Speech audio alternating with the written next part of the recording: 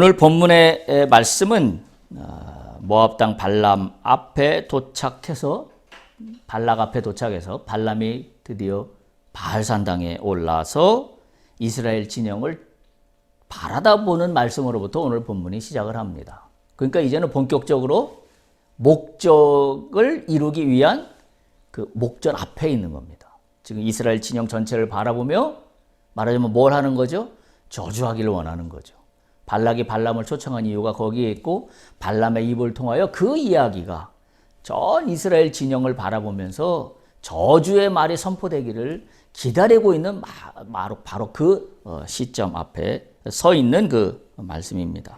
그래서 오늘 말씀은 발람이 하는 예언 가운데 첫 번째 예언의 말씀이 오늘 본문의 말씀입니다. 그런데 이미 우리가 본문에서 읽었지만 민수기 23장 11절에 보면 발락이 발람에게 이렇게 이야기합니다. 네가 어찌 나에게 이렇게 행할 수 있느냐? 나의 원수를 저주하라고 그대를 데려왔는데 어찌 그대가 오히려 축복을 하느냐? 라는 이야기를 합니다. 전혀 지금 기대와 어그러지는 그와 같은 이야기가 발람의 입을 통하여 발락의 귀에 지금 들려지고 있는 그와 같은 내용입니다. 이스라엘을 저주하기 위하여 데려왔거늘 이라고 분명히 11절에 다시 한번 이야기해요. 발락이. 그럼에도 불구하고 발람은 저주하기는커녕 축복하는 듯한 이야기를 하게 되는 상황을 지금 이 본문의 말씀은 이야기하고 있습니다. 발락이 원했던 말이 하나도 아닙니다. 그러니 발락 입장에서는 얼마나 당황스러웠을까 하는 생각이 듭니다. 저주해달라고 그 많은 재물과 선물과 고관들, 사신들을 2번이나 파견하며 어렵게 소위 모시고 왔는데 저주는 고사하고 발락의 귀에는 축복하는 말로 들리고 있었기 때문입니다. 발람이 정신을 차리고 잘한 것이 아니냐 이렇게 생각할 수도 있을 것 같아요. 왜냐하면 발람은 저주할 목적을 갖고 왔는데 발람이 저주를 하지 않기 때문에 발람이 이제는 정신을 차린 게 아닌가 그런 생각이 들 수도 있는 구절입니다. 왜냐하면 축복을 했기 때문에.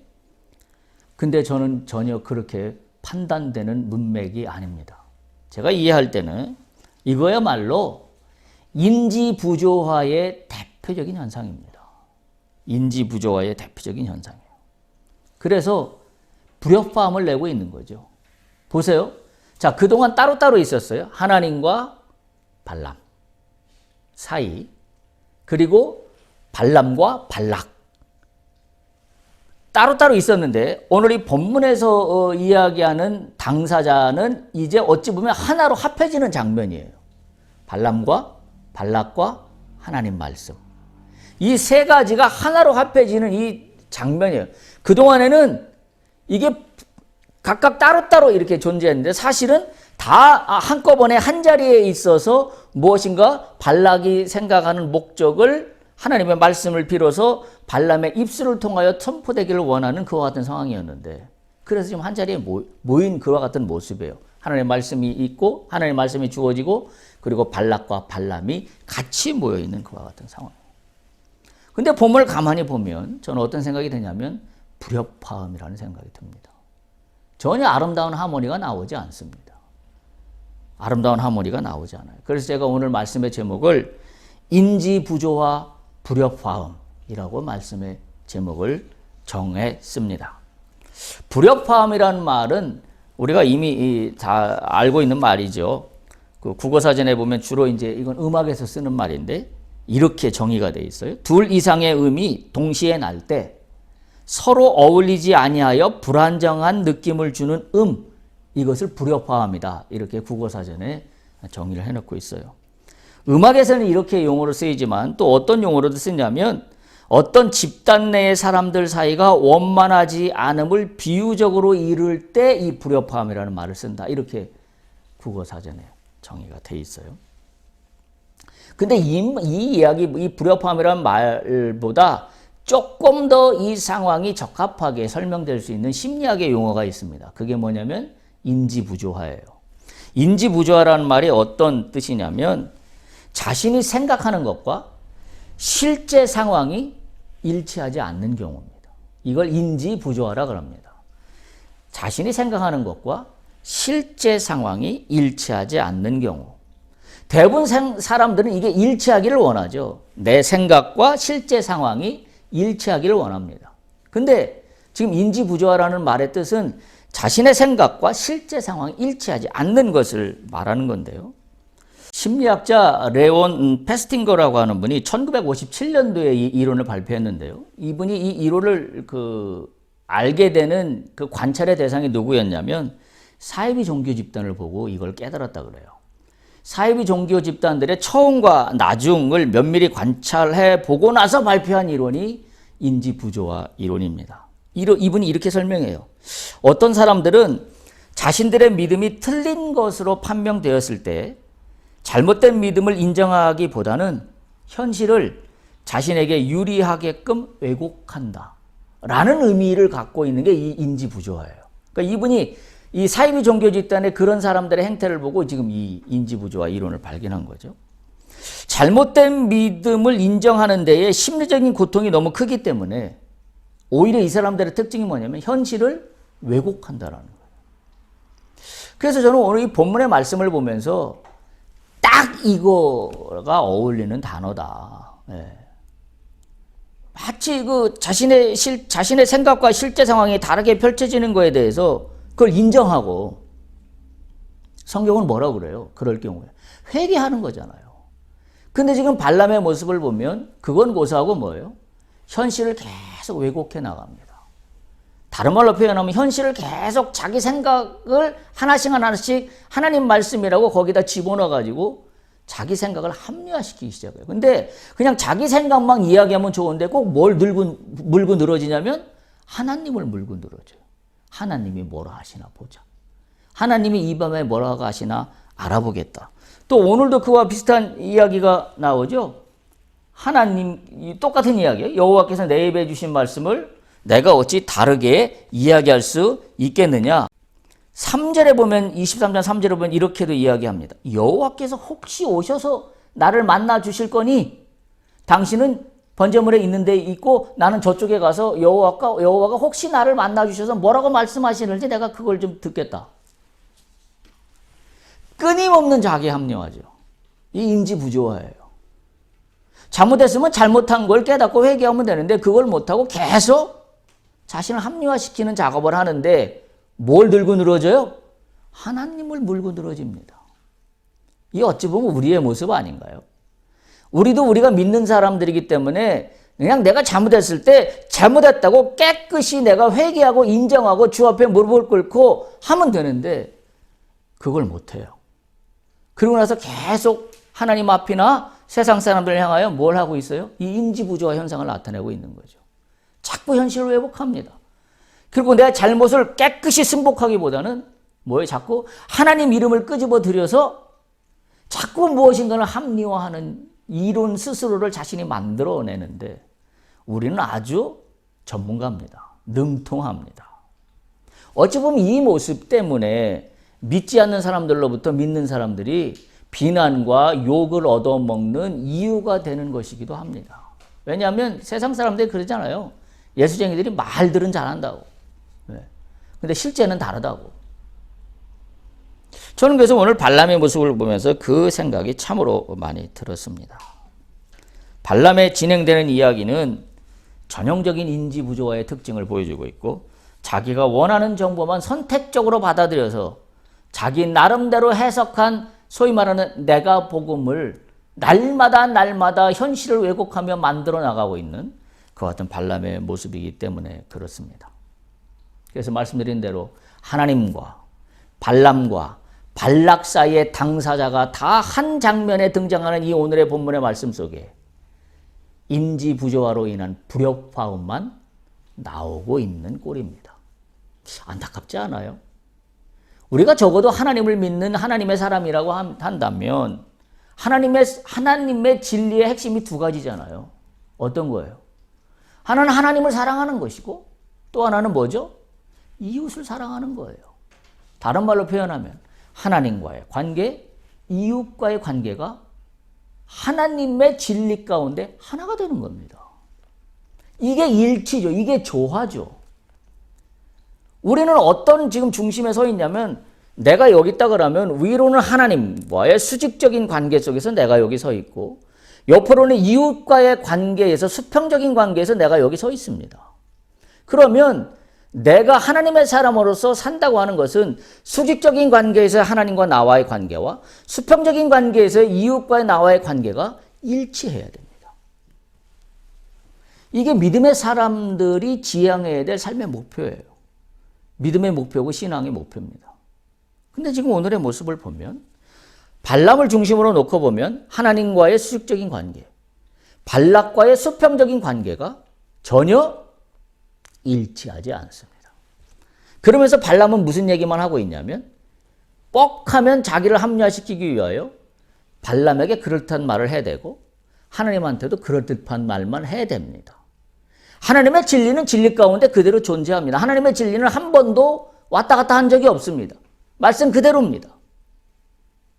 그런데 발람이 자신과의 하나님과의 관계에서 왜곡된 현실, 이해, 자신과 발락과 소위 다른 말로 얘기하면 세상과의 관계에서의 현실의 왜곡, 이런 것들이 합해져 가지고 이 인지 부조화 현상이 더욱 심화되고 있는 그와 같은 현상을 드러내고 있다. 저는 이렇게 이해가 됩니다. 자, 그러면 이 세 당사자를 한번 살펴보겠습니다. 첫째, 발람의 입장을 한번 보겠습니다. 자, 발람은 예언자로서의 모습을 계속 말씀에서 보여줘요. 23장 1절에 보면 이렇게 해요. 발람이 발락에게 이르되 나를 위하여 여기 제단 7을 쌓고 거기 숫송아지 7마리와 순양 7마리를 준비해라 그럽니다. 저의 눈길을 끄는 거는 맨 앞에 나오는 부분입니다. 발람이 발락에게 이르되 나를 위하여 여기 제단 7을 쌓아달라. 벌써 좀 핀트가 안 맞지 않습니까? 제단을 쌓는 목적은 신을 위하여 쌓는 겁니다. 소위 지금 하나님의 말씀을 듣고자 한다면 하나님을 위하여 제단을 쌓는 거예요. 그러니까 좀 잘 보세요. 이게 아주 교묘한 겁니다. 발람이 지금. 제단을 쌓는다. 제단을 준비한다. 틀린 말입니까? 맞는 말입니까? 맞는 말이에요. 그런데 교묘하게 뭐예요? 나를 위하여 쌓는데요. 우리의 신앙의 이중성의 모습이 딱 여기에 걸려 있는 것 같아요. 우리는 겉으로는 하나님 얘기하고 예배를 얘기하고 성령의 은혜를 얘기하고 성령의 뜻대로 사는 거에 대해서 무엇인가 얘기해요. 그거 뭐예요? 제단을 쌓는 거예요. 근데 뭐예요? 나를 위하여 합니다. 저는 오늘 이 23장 1절에 처음 시작되는 이 문구에서 탁 걸려버렸어요. 저는. 나를 위하여 7제단을 쌓는다. 그것도 자신을 위하여 7제단을 쌓으라고 합니다. 뭔가 제단을 쌓는 대상 자체가 지금 헛갈리고 있습니다. 헛갈리고 있어요. 그러니까 이걸 잘 봐야 돼요. 신앙이라는 걸 말은 하지만 믿음이라는 걸 말은 하지만 믿음이 아닌 겁니다. 다른 이방 종교 같으면 괜찮아요. 근데 하나님 신앙에서의 믿음은 뭐예요? 나를 위하여가 아니라 주를 위하여예요. 주를 위하여입니다. 우리가 잘 아는 다윗의 23편 시편 말씀이 있잖아요. 여호와는 나의 목자시니. 거기에서 똑같은 이야기가 나옵니다. 주님을 위하여, 주님을 위하여라는 말이 거기에 나오고 있기 때문에 그렇습니다. 이게 신앙의 기본이에요. 자, 그런데 또 문제는 뭐냐면 7제단을 쌓으라고 합니다. 7제단은 하나님 종교에서는 7제단이 없어요. 여호와의 종교에서는 번제단 하나예요. 제단 하나입니다. 근데 7제단이라는 말은 7명의 신들에게 바치는 이방 제단에서 하는 일들이에요. 그러니까 벌써부터 핀트가 안 맞는 거예요. 지금 바알 신당에 와서 그리고 그 모압 땅을 지금 쳐다보다고 그랬어요. 그러니까 바알 신당에 와서 바알 신당적인 제사의 요소를 갖추면서 7제단을 쌓고 그리고 거기에 자기를 위하여 제단을 쌓으라고 하면서 누구에게 말하고 있는 거예요? 지금 누구에게 부탁을 하려고 하고 있는 거예요? 하나님에게요. 전혀 안 맞잖아요. 이게 뭐예요? 불협화음인 거죠. 인지 부조화합니다. 아까 말씀드린 대로 내가 잘못했으면 내가 회개하고 깨끗이 하나님 앞에 잘못했다고 승복하면 됩니다. 근데 지금 뭐라요? 하나님은 계속 얘기하면서 현실을 계속 왜곡하고 있는 거예요. 인지 부조화의 대표적인 그런 형태를 보여주고 있습니다. 발람의 번제가 쌓는 것은 하나님을 위해서 쌓는다고 하면서 실질적으로 돌아가는 이야기를 보면 전혀 하나님이 말씀하신 제단이 아닙니다. 이방 종교식의 제단을 쌓고 있는 거죠. 더군다나 23장 3절을 보면 이렇게 이야기해요. 중간쯤에 보면 여호와께서 혹시 오셔서 나를 만나시리니. 본인이 예언자 흉내는 내고 싶어요. 하나님 말씀을 대안하는 사람은 내고 싶어요. 그래서 자꾸 하나님 이름을 또 팔아먹습니다. 자신이 대단한 것처럼. 혹시 여호와께서 오셔서 나를 만나실지, 무슨 말씀을 하실지 내가 듣겠다. 그러면서 이렇게 이야기해요. 23장 4절에 보면 하나님한테 발람이 이렇게 이야기합니다. 내가 7 제단을 쌓고 각 제단에 숫송아지와 순양을 드렸나이다. 이게 지금 하나님께 제단을 쌓은 모습이라고 우리가 얘기하기 어렵습니다. 하나님을 말하지만 하나님의 제단은 아닌 거예요. 그러면서 하나님을 만난다라고 하고 있습니다. 우리의 모습하고 비슷합니다. 우리가 이 예수 그리스도가 오신 다음에는 우리는 뭘 비판하냐면 율법주의적인 신앙을 비판합니다. 그런데 우리는 실질적으로 율법주의적인 신앙으로 예수님을 만나겠다고 그래요.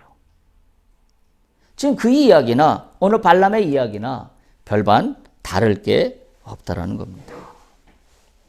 특별히 오늘 발람이 하고 있는 이와 같은 제단의 모습은 이미 구약에서 하나님께서 당신에게 준비하는 제단은 어떠해야 된다는 것이 이미 말씀으로 주어져 있어요.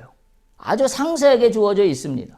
번제단은 어떻게 하고, 양은, 순양은 어떻게 하고, 염소는 어떻게 하고, 아주 그때 때와 시절에 따라서 언제 어떻게 예배를 드리고, 제물은 뭘로 준비할 것인가 하는 것이 아주 자세하게 나와 있지만, 지금 이 발람이 쌓는 제단의 모습을 보면, 하나님이 명령하신 말씀과는 상관없이 자기가 생각하는 제단이에요. 왜 그래요? 자기가 생각하는 제단으로 살면 하나님께서 받아주시고 기뻐하실 거라고 생각하는 거죠. 그게 율법주의적인 신앙이 오늘로 이야기하면 내가 생각하는 신앙의 모습으로 하면 하나님이 기뻐하실 것이다.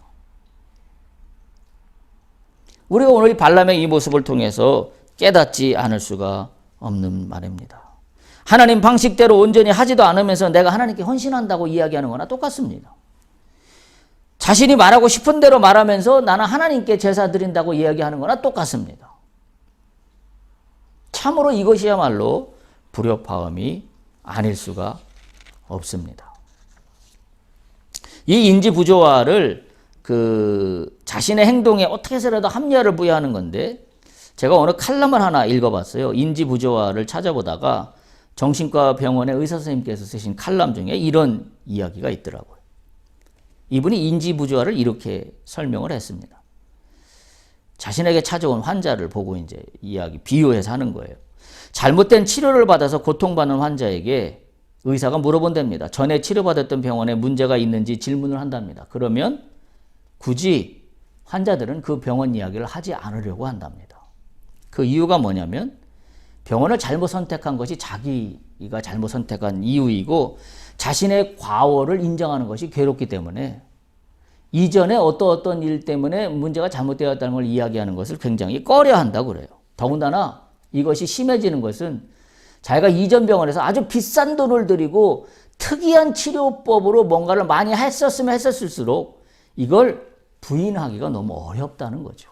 말하자면 이게 인지 부조화의 현상이라고 그렇게 의사 선생님이 설명을 합니다. 발람의 경우를 보면 어때요? 정말 오랫동안 우여곡절을 겪으며 오는 동안에 사건 사고가 많았잖아요. 우여곡절을 겪으며 모하까지 왔고 더군다나 본인이 여기까지 온 게 쉽게 온 게 아니기 때문에 더군다나 더 세기를 박는 것은 지금 오자마자 발람으로부터 어마어마한 환대를 받았어요. 그렇기 때문에 여기까지 온 자신의 행동이 잘못됐다는 걸 인정하고 싶지 않은 거죠. 그러니까 신앙이 말이죠. 사실은 여기에서 돌이키는 게 믿음이에요. 내가 지금까지 이렇게 쌓아온 길이 있어서 사실 우리가 어떻게 해요? 아까워서도 이걸 놓지를 못하잖아요. 근데 사실은 뭐예요? 아깝기 때문에 놓지 못하는 게 아니라 아까워서 놓지 못하는 것이 아니라 잘못됐기 때문에 깨달으면 이걸 다 놔야 돼요. 근데 우리 인간이 그걸 못하는 거죠. 이걸 놓지 못하니까 그다음부터는 어떤 현상이 발생해요? 이걸 바탕에 깔고 그 다음에 일어난 나의 행동을 설명하려고 해야 되니까 계속 왜곡하는 현상들이 발생하는 거죠. 현실을 왜곡하는 일들이 계속 발생하는 겁니다. 다른 말로 쉽게 이야기하면 내가 잘못한 걸 깨끗이 인정하고 여기서 놔버리면 되는데 이걸 붙잡고 이후에 무엇인가를 얘기하려고 하다 보니 어떻게 돼요? 계속 거짓말 후에 거짓말을 쌓을 수밖에 없는 겁니다. 우리가 이제 뭐 요즘에도 이 보도자료에 나오는 여러 사건들을 보면 그런 거 안 해요. 처음부터 잘못했습니다. 내가 이러는 걸 잘못했다고 딱 인정하면 깨끗이 거기서 끝날 문제를 그걸 인정을 안 하니까 그 다음에 어떻게 돼요? 내가 말해놓은 건 있는데 이걸 부정하지 않고 이걸 잘못했다고 않고 넘어가려고 하니까 내가 말해놓은 나의 거짓말 프레임에 내가 계속 빠져버리는 거죠. 그래서 어떻게 돼요? 계속 말도 안 되는 궤변을 늘어놓게 되는 거죠. 이게 인지부조화예요. 오늘 발람이 그와 같은 현상을 보여주고 있다라고 이야기할 수 있습니다. 회개를 하지 않고 어떻게든지 변명과 궤변으로 자신의 신앙을 합리화하려고 하는 발람의 모습은 곧 우리의 모습이기도 하다. 그런 생각이 듭니다. 그런 생각이 들어요. 자, 두 번째. 여호와의 말씀입니다. 발람의 입을 통해서 주시는 여호와의 말씀이에요.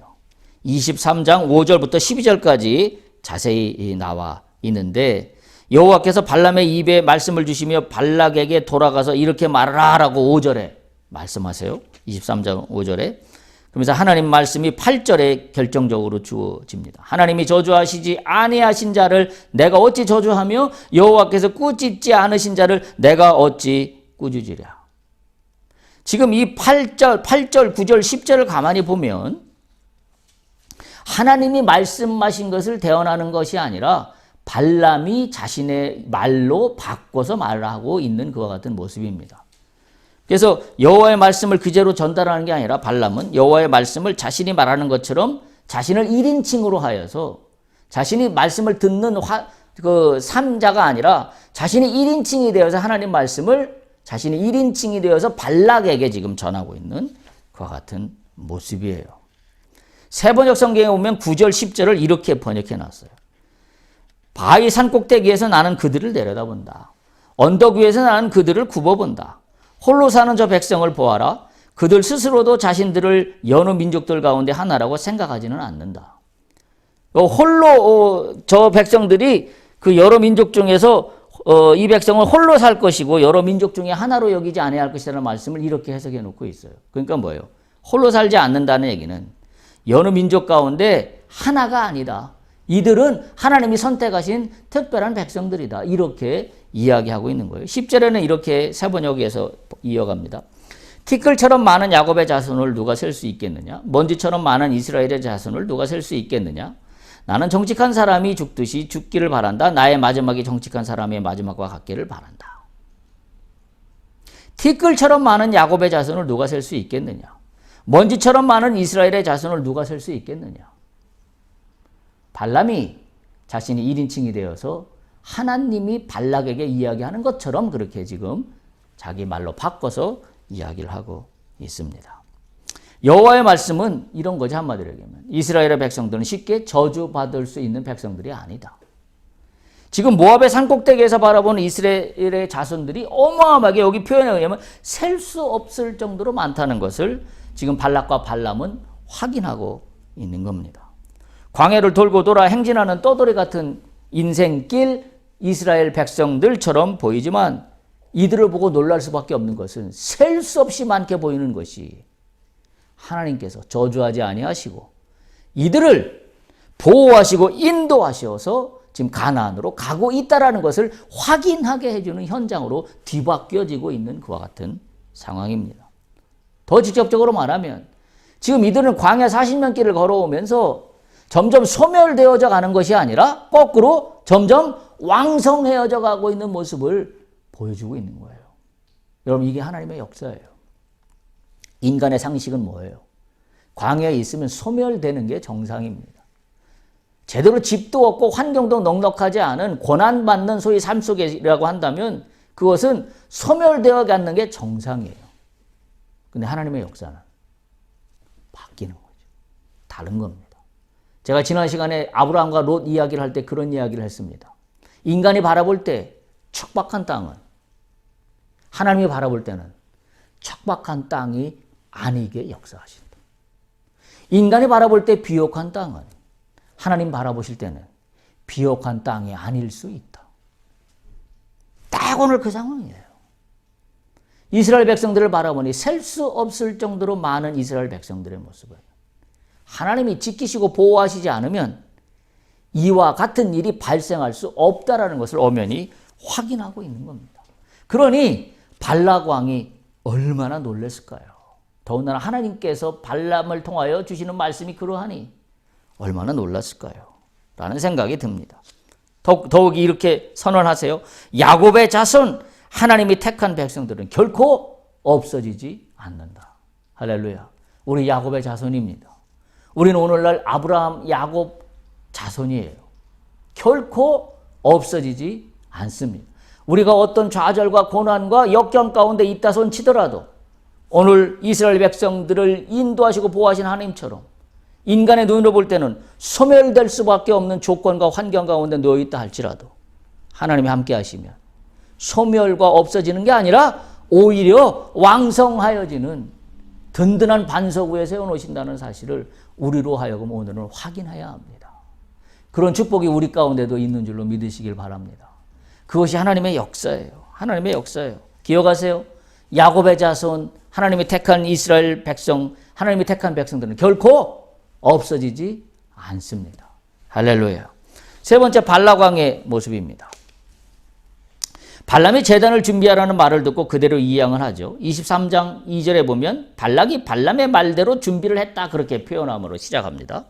그래서 숫송아지와 순양을 제단 위에 쌓습니다. 발락이 쌓는 이유는 분명하죠. 그의 목적이 이루어지기를. 소위 비나이다 비나이다입니다. 하나님 뜻과는 생각 없이 비나이다 비나이다. 이게 미신과 기독교의 차이예요. 하나님의 뜻은 뭐예요? 이스라엘을 저주하지 않는 거예요. 그러면 인간이 할 수 있는 뭐예요? 하나님의 뜻 가운데 내 선택과 내 행동을 일치시켜야죠. 근데 뭐예요? 미신은 하나님의 뜻이 뭔지도 알 필요도 없어요. 상관없어요. 그냥 내가 하고 싶은 것만 하면 됩니다. 전형적인 미신의 모습입니다. 이걸 굳이 심리학 용어로 하면 이게 인지부조화예요. 하나님은 이스라엘 백성을 저주하는 데 있지 않아요. 근데 발락의 기대는 발람을 통하여 하나님으로 하여금 저주하게끔 했으면 좋겠다라는 걸로 지금 제단을 쌓고 지금 비나이다 비나이다 하고 있는 그와 같은 모습입니다. 이게 오늘 발락의 모습이에요. 전혀 일치하지 않습니다. 어쨌든 발락은 발람이 여호와의 말씀을 전한다고 하는 말을 결론적으로 이렇게 들어요. 말씀드린 대로 23장 11절에 보면 발락이 발람에게 이렇게 하지요. 그대가 어찌 내가 이같이 행하느냐? 나의 원수를 저주하라고 그대를 데려왔거늘 그대가 오히려 축복하여도다. 지금 발람의 귀에는 어떻게 들려요? 축복하는 말로 들리고 있습니다. 발람이 한 말을 보면 내가 축복했다 이런 말이 하나도 없어요. 그런데 사실 내용은 축복이죠. 왜냐하면 셀 수 없다, 없어지지 아니한다, 저주하지 아니한다. 사실은 축복하고도 갈른 마트인데 발락은 그것을 한마디로 취약해서 어찌 내가 너를 저주하라고 데리고 왔거늘 축복하였다라고 이야기하고 있습니다. 발람은 지금 이러한 상황에 직면하면서 마지막으로 이렇게 독백해요. 10절 보세요. 내 목숨이 올바른 사람처럼 끝냈으면 좋겠다. 내 여생도 그들과 같았으면 좋겠다. 뭐예요? 발람이 지금 좀 괴로운 것 같아요. 그죠? 하나님이 이스라엘 백성들을 끔찍이 사랑하셔서 그들을 보호하시고 인도하신 것처럼 나도 내 여생이 그들과처럼 끝났으면 좋겠다. 라고 이야기하고 있습니다. 그러면서 12절에 한마디를 더 붙입니다. 발람이 대답하여 이르되 여호와께서 내 입에 주신 말씀을 내가 어찌 말하지 않을 수 있으리까. 굉장히 어색한 발람의 모습을 보여주고 있습니다. 이 발람의 이 마지막 10절에 있는 이 이야기들을 이렇게 듣다 보면 참 한없는 자신에 대한 연민을 가지고 있는 것 같다는 생각이 들어요. 나도 저들과 같이 내 여생이 끝났으면 좋겠다. 얼마나 이스라엘 백성들을 하나님이 붙잡고 사랑하시는가를 보고 부러워하는 거죠. 말하자면. 그런 지금 연민을 한없이 느끼게 합니다.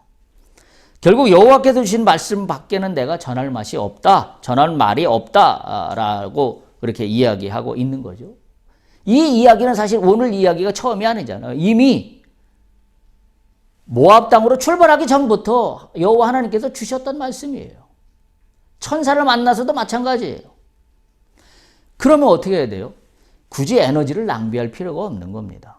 엉뚱한 곳에까지 와서 에너지를 낭비할 필요가 없는 거예요. 근데 이제 와서 또 이 이야기를 하고 있는 겁니다. 얼마나 미련합니까? 그러니까 우리에게 이 교훈은 뭐냐면 내가 잘못이 있잖아요. 내가 잘못한 것이 하나님 안에서 깨달아지잖아요. 지체할 필요가 없어요. 즉시 회개하고 그 문제를 털어내면 됩니다.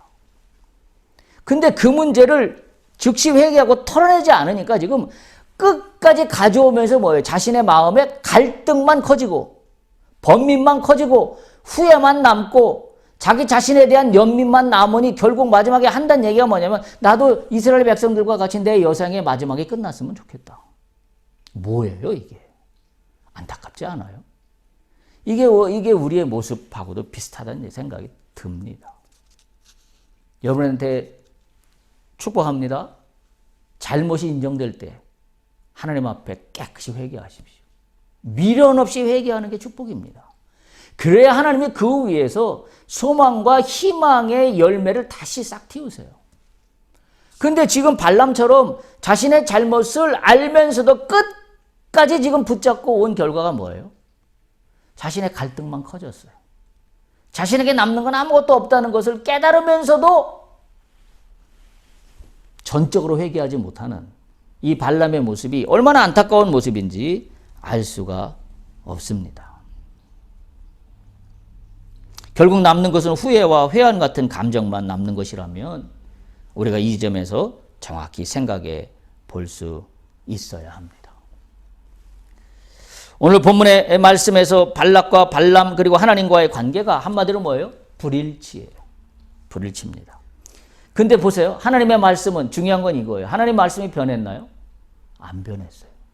하나님의 말씀은 이 말씀이 주어진 태초로부터 지금까지 그대로입니다. 그렇다면 뭐예요? 기준은 하나님의 말씀으로 세워져 있는 거예요. 그러면 인지 부조화 현상이 나타나지 않으려면 어떻게 해야 돼요? 주어진 하나님의 말씀은 불변하고 영원하기 때문에 이거에 기준을 세웠다라고 한다면 우리는 뭐예요? 여기에 맞추면 돼요. 그러면 인지 부조화 현상이 나타나지 않습니다. 근데 오늘 발람처럼 인지 부조화 현상이 나타나면 결론은 뭐예요? 후회와 연민만 남아요. 그러면서도 고치질 못해요. 왜? 지금까지 걸어온 것이 자기 인생을 통째로 부정하는 꼴이 되기 때문에. 인간이 그걸 못하잖아요. 자기 자존심이 세서. 자기의 마지막 자존심이잖아요. 내가 지금까지 걸어온 이것을 내가 부정해? 그럼 내 인생 통째가 날아가는 거예요. 근데 믿음의 눈으로 보면 그거 다 어때요? 날아가도 됩니다. 아까울 게 하나도 없습니다. 하나님은 그것이 중요한 게 아니라 나와 함께하면서 나와 다시 써가는 내 인생 이야기를 하나님은 하고 싶은 거예요. 그래서 지금 내가 얼마나 많은 공을 들여서 지금까지 세월을 지나오면서 노력해 왔는가라는 것도 내 입장에서 보면 소중하고 중요하지만 믿음의 눈으로 보면 이거는 한순간에 잘못됐다라고 판단하면 털어버리면 되는 문제예요. 근데 세상의 논리로 의하면 내가 지금까지 살아온 이 50여 년, 60여 년의 인생이라고 한다면 이걸 내가 어떻게 해요? 아까워서 털어버리지 못해요. 아까워서 털어버리지 못하니까 새로운 일을 도모할 수 없어요. 어떤 일 할 수 있어요? 아까워서 털어버리지 못하니까. 이제부터 할 수 있는 일은 이 아까워서 털어버리지 못한 나의 잘못된 인생을 계속 어떻게 돼요? 덧칠하는 방법밖에는 남아있는 인생이 없는 거예요. 여기에는 아무런 새로움이 존재하지 않습니다.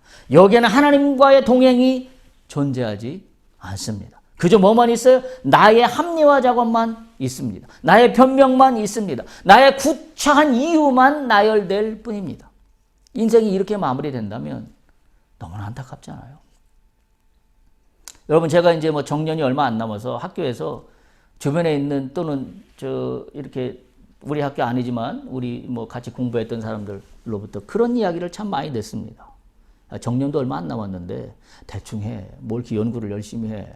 뭐 또 책도 쓴다 그러지. 뭐 새로운 걸 연구한다 그러지. 새로운 주제를 발표한다 그러지. 뭐 외국 학술지의 논문을 발표한다 그러지.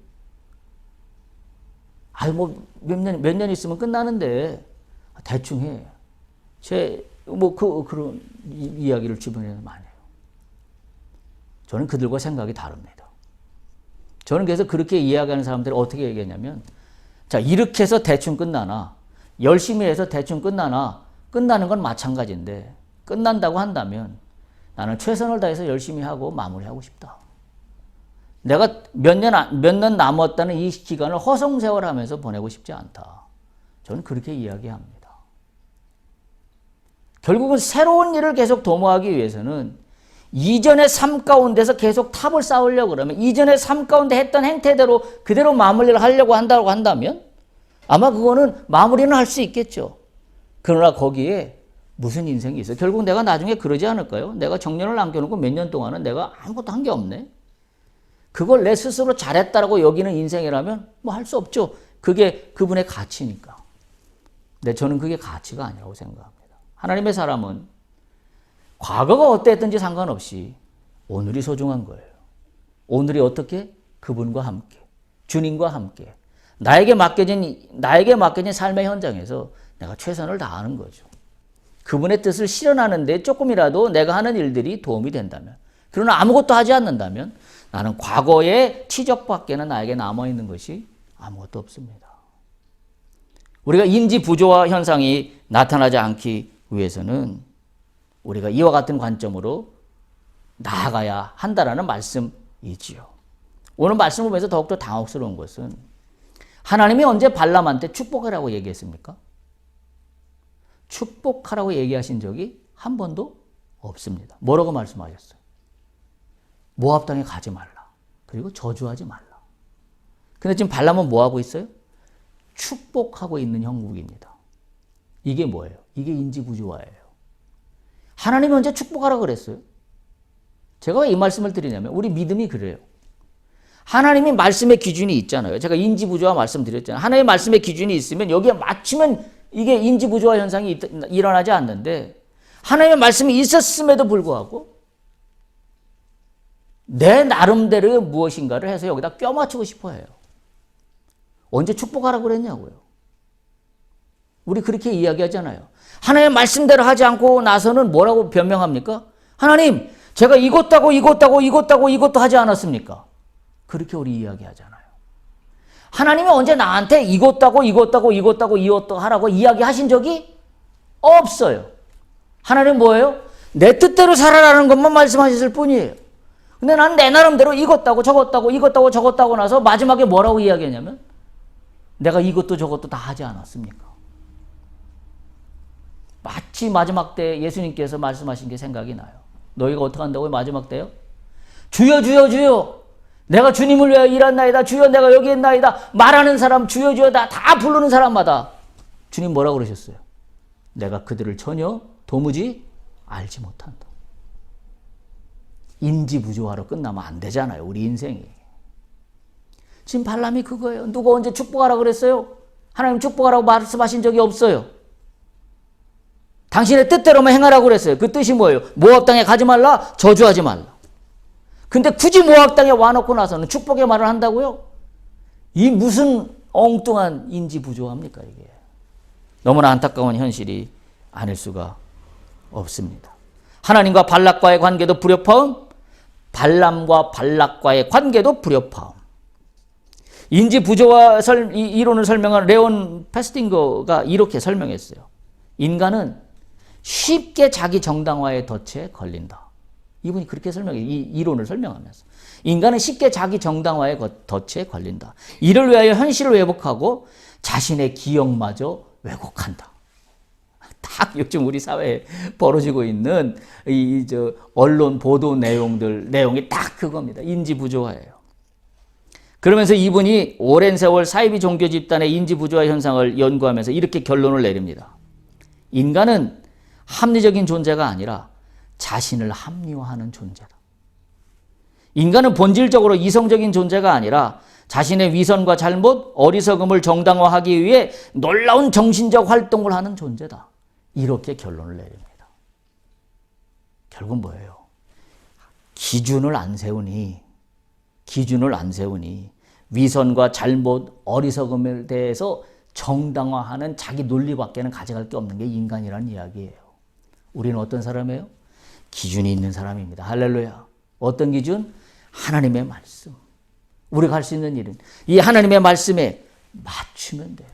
하나님 말씀하시는 대로 하면 됩니다. 하나님 말씀하시는 대로는 하지도 않으면서 주여 내가 이것도 했고 저것도 했고 이것도 했고 저것도 했으며 주님께 헌신하지 않았습니까? 한다면 그거야말로 인지 부조화의 대표적인 현상입니다.